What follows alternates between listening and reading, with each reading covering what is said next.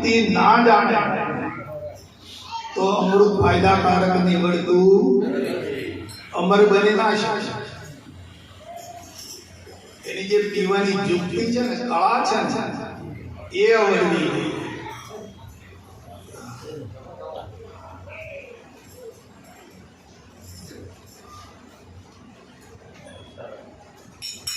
આપણે અમેરિકાથી બધા પ્રથાઓ આવેલા બરાબર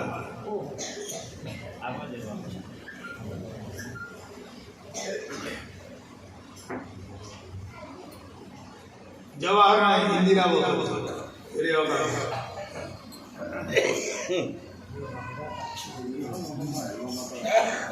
એટલે એમના સ્વાગતમાં ઇન્ડિયા વાળાએ બહુ સ્વાગત કર્યું, સન્માનભેર એમને ઉતારો આપ્યો. પછી એમને ગાયનું દૂધ મંગાવીને દૂધની અંદર કાજુ, બદામ, પિસ્તા, દ્રાક્ષ, ઇલાયચી, જાયફળ આવું બધું નાખી અને એમને આ દૂધ પીવડાવ્યું. એક એક ગિલાસ ભરીને મૂક્યા ટેબલ ઉપર. એટલે બધા પીધા અમેરિકા વાળા.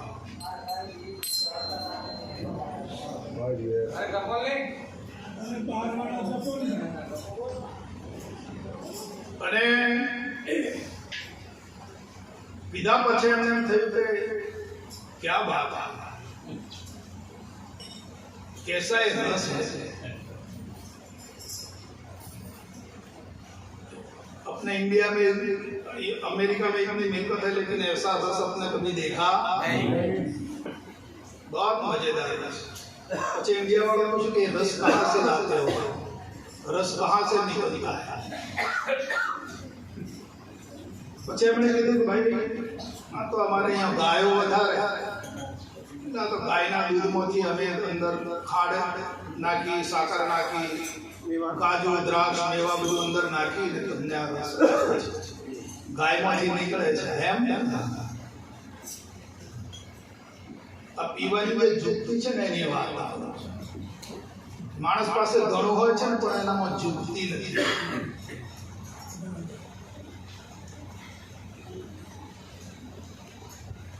તો કે મને આ ગાય ના આપો કે તકાતી આમાં તો ઘણી ગાયો છે.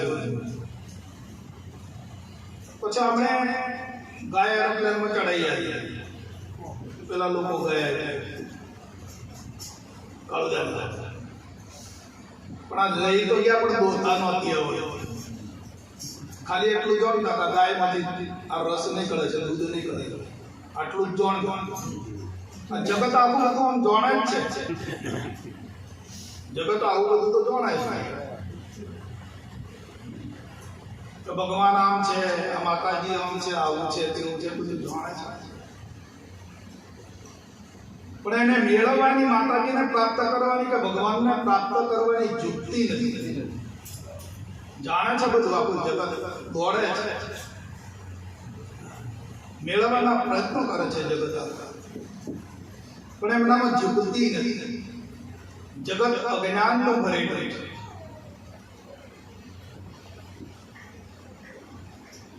એટલા તો લઈ ગયા હવારમાં ઉતારી અને ખોણ ચારો બધું નાખ્યું અને પછી એટલે દોવાનો ટાઈમ થયો એટલે ગાય છે ને દોવાનો ટાઈમ થાય એટલે પૂછડું શું કરવાનું અને પછી ચરવાનું પેલું ચાલુ કર્યું.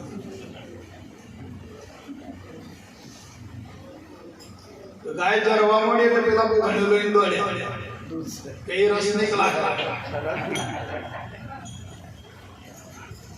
એ અમૃત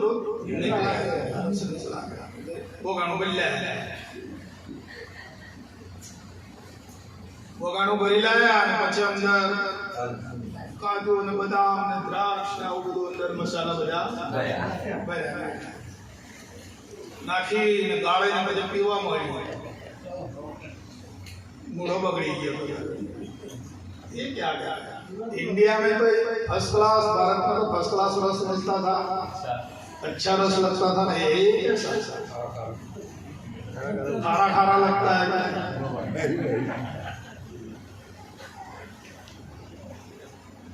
પછી ઇન્ડિયામાં કોલ કર્યો ભારતમાં એમણે લોકો સમજ્યા કે આ તો આપણને દગો કર્યો છે.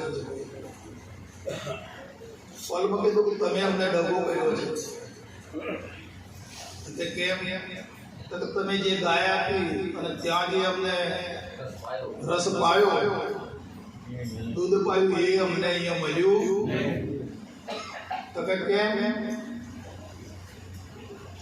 તો કે રસ નીકળા ખરા મગર તો રસ તો ખરા ખરા.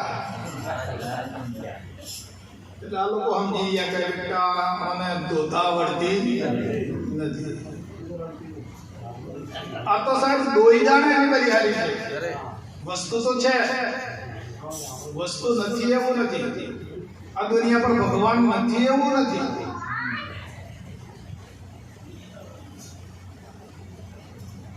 પણ તો દાદ ના આવડતું હોય તો તમે 1 લાખ રૂપિયાની ભેંસ મળતી હોય પણ દોતાજ ના આવડે તો શું દૂધ પ્રાપ્ત કરો? આ દૂધ તો છે.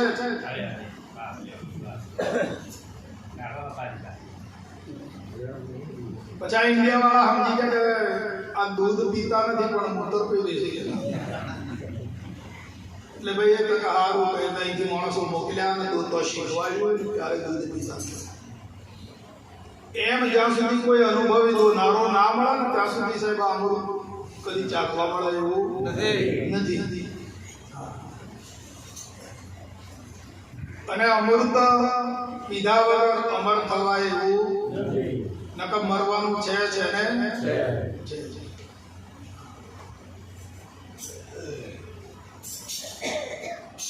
એટલે આજે દરદપુરા ગામમાં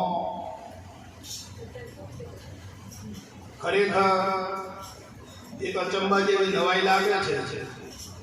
પિતાવાના નકરા ગામમાં અને અમને એક પંખી મળ્યું અને એ પંખીએ આ ગામની અંદર જે જ્યોત ચાલુ કરી છે